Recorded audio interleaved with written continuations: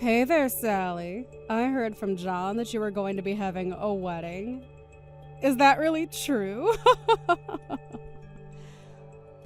Hello, May. Yes, it's true. I am having a wedding. Harold and I have already been married for 5 years, but we never had a chance to have a wedding. And of course, it's something we've always wanted to do, but just have the chance to right now. Hold on a second. You mean that you've been married this whole time but never had a wedding? And you're only just able to afford to have one now? Wow, I guess being poor must suck way more than I thought it did. Sorry, what exactly do you mean? I mean, it must not be easy when your husband makes as little money as Harold does. But even so, I can't believe it took you both 5 years to finally do this. You really are pathetic. Sorry, I meant you really have my pity. But in my case with John, we were able to have our wedding right away. May, I think we've already talked about this, but Harold and I aren't really poor. What are you talking about? I mean, you guys are so poor that even you have to work just to get by, right? Could you imagine not marrying a man who can provide for a family all by himself? Well, I think that times have changed a little since then. And besides, the two of us actually like our jobs, so it works out. Not only that, but we've been married 5 years and never had any money troubles. If anything, the biggest problem we have as a couple is managing our schedules. We have different projects going at the same time, and we've hardly even had time to plan a wedding, let alone have one. There you go again, coming up with the most lame excuses. You know that you can just be real with me and say that you don't have enough savings between the two of you. I mean, just because I'm richer than you doesn't mean we can't still be honest with each other. I am your sister-in-law, after all. I understand that, but what I'm trying to honestly tell you is that we really aren't poor. Oh, yes, totally. And I'm sure you both really just love your jobs, too. Meanwhile, I'm living the dream life of a housewife whose husband takes care of everything for her. All I worry about is being there for my husband and kid at home. In other words, I'm doing what a good wife in a good marriage should be doing. I am really happy that you are content with where you are in life right now. But I don't think it's fair for you to claim that there's a right way to be a wife. And I don't think there's anything wrong with wanting to work either. Well, anyways, congrats on finally getting your wedding, I guess. Good luck paying for it with your manager's salaries, though.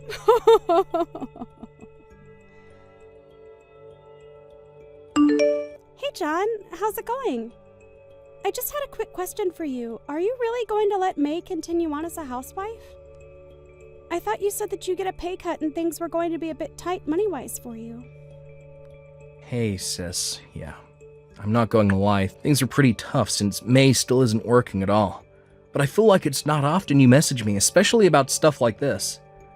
Well, May actually reached out to me to talk about my upcoming wedding, but she didn't know that Harold and I hadn't actually had one. But anyways, she seemed to assume it was because we were too poor to afford to have one. Are you kidding me? Not at all. She seems to have the idea in her head that if both people are working, that the couple must be poor. And then she started to put me down for not being a stay-at-home like herself. I can't believe that she would say something so rude to you. Oh, sis, you just should not pay attention to anything that comes out of her mouth. I don't know what her problem has been, but she has just been causing trouble for everyone around her. To be honest, I think she has some bad influences with her friends. Bad influences? What do you mean by that? Actually, come to think about it, I really feel like you haven't been looking so good. Is everything okay at home? I really appreciate you asking after me, Sally, but yeah, I'm okay. Or, I don't know, maybe I'm not really. I've just been so worried about all of this financial stuff, it's kind of been driving me crazy. Are things really looking that bad for you? I was already barely making enough money to support the two of us without May having to work. It was enough to make sure that we were never wanting, but we certainly weren't living in the lap of luxury or anything. But when we had our wedding, I basically went through all of my savings to pay for it all. Originally, we agreed that May would find a job once our kids started school and wasn't in the house as much. But May said it was always her dream to be a stay-at-home mom. And I think it's the other moms from the preschool who have been telling her that she doesn't have to find a job. I mean, our kid is already in school. May said she would be working by now, but things haven't changed. Wow. I had no idea about any of that. That is so much, and I'm sorry you have to deal with it. Again, though, I think it's because all the moms from the preschool don't work. So I think that May feels like she can't either if she wants to fit in with her new friends. She has it in her head that the only thing a wife should ever do is help her husband from the house. But if I don't make enough money for us, then that isn't going to be possible. You mean that there really aren't any moms at your preschool who work? Wow.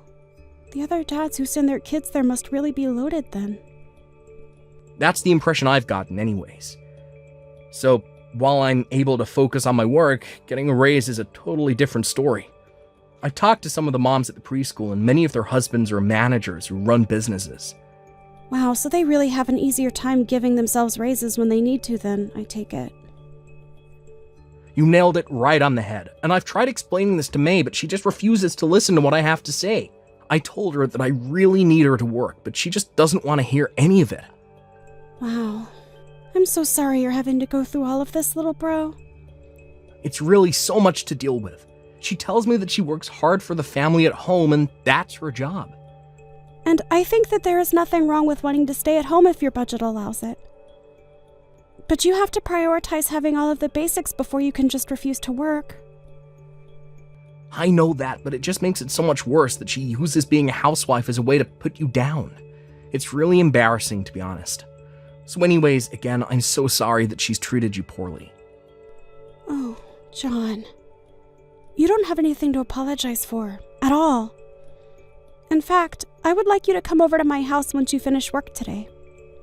Harold has recently gotten really into gardening, and we have way too many vegetables that we need to give away. We would love if you came over, picked out some of your favorite vegetables, and took them home with you.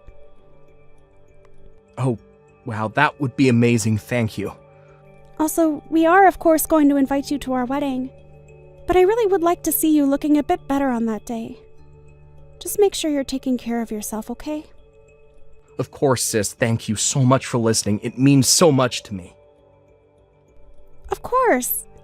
Although, I think I'd appreciate it if you didn't tell May where you got the vegetables from. It might just make more problems for me in the future.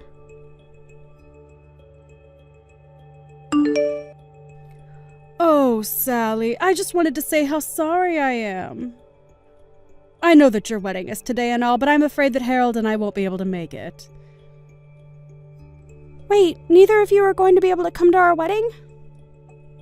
We really wanted to be there, but we both have to stay at home to be with our kid. So sorry about that. Besides, we didn't want any bad influences on our kid from all the other poor people who would be there today. Hold on a second. Is that why you're not going to come today? You think the people I invite to my wedding are going to have a bad influence on your child? Of course they would. You're having a poor wedding for poor people, aren't you? I can't have my kids saying that kind of thing. It would give the wrong idea of who it's okay to associate with. Maybe if you were to have a nicer wedding, things might have worked out differently. It's too bad you weren't successful enough to have a better one.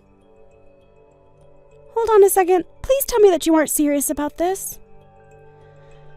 This would have been my child's first wedding. But I know that as his mother, I had to protect him from this so that his first would be a much nicer one. There was no way he was ever going to be able to go to your wedding. Get it? Besides, you've had 5 years to plan this, and you still could only afford such a shoddy affair. Okay, May. I have had just about enough of this. I do not know where you got the idea that my family was poor, but you are not going to belittle my wedding like this. I'm not belittling anything. I could belittle your wedding anymore because it's already so tiny and sad. But anyways, as a mother, I have a duty to protect my kid of unsavory things like your wedding. Of course, you don't have any kids, so there is no way that you understand what I am saying. Maybe if you had some more money, you could have afforded to have a kid, though. Maybe you'll get some money as a wedding gift that can help you start a family the right way this time. Excuse Excuse me? But, even though no part of me wants to expose my child to this kind of thing, I could be convinced to change my mind. I got it. We'll agree to go to your wedding in exchange for giving you no wedding present. Our presents will be our present. May, you were not even invited to my wedding in the first place. What do you mean by that? I mean that you are more than welcome to stay home all day today if you want. And while you're there watching your kid, your husband, my little brother, is going to be there for me at my wedding. What are you talking about? Oh, look! There's John right now. I think we just about have everyone who was invited. Okay then, thanks for watching the kid, and letting my little brother come. Now, you hold on just 1 second. I had no idea John was going to be at your wedding. I even told him that he didn't need to show up if he didn't want to yesterday. And why am I the only one who isn't invited to your wedding? Wow, I really didn't think you would be so upset over this. If I had known you felt so deeply about the issue, I might have actually invited you. I don't care about your stupid little wedding. I just want to know what my husband thinks he's doing. The thing that we also wanted to avoid having a bad influence on your kid. John told me all about how you guys are barely scraping by with the amount of money he makes, and with the meager kinds of meals you've been able to afford recently. John didn't want to expose your kid to the high-quality catering we're having. I guess he didn't want his only child to realize just how poor you both really are. Hold on. What are you saying? I just mean that this wedding has been 5 years in the making. All of our friends and family are here in this venue that we made sure was beautifully decorated. Not only that, but we went to some of the best caterers in the city to provide the food and drinks. We are talking about a pretty fancy affair overall. You have got to be kidding me right now. I had no idea you were having such a nice wedding. That much is obvious. But anyways, we don't want to crush your kid's perception of his parents, so maybe it would be better if you stayed with him all day so that he doesn't know about any of this. Although I know that it's going to be hard for you after all. You're constantly complaining to John about how little you have to eat, right? I just also wanted to spare you the taste of the high life before you had to go back to scrounging for scraps.